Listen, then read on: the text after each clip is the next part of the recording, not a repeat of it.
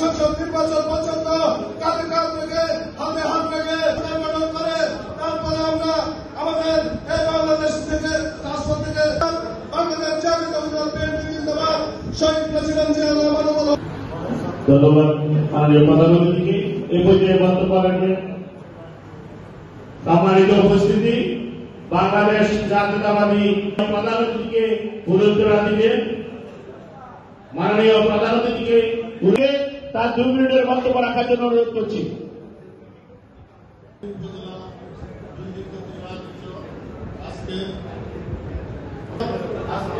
বর্তমান রাজনীতির প্রেক্ষাপট নিয়ে আজকে সভা আজকে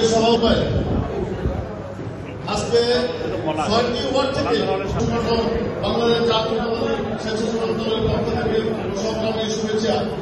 আমি কথা বলতে চাই, আমরা 5ই আগস্টের আগে জনসভায় ঢাকা যখন আমরা নিশ্চিত আসবে ও নিশ্চিত মৃত্যু ঝুঁকি নিয়ে আমরা পুলিশকে অবহিত করবেন এবং প্রয়োজনে যারা যারা নির্যাতিত হয়েছিলেন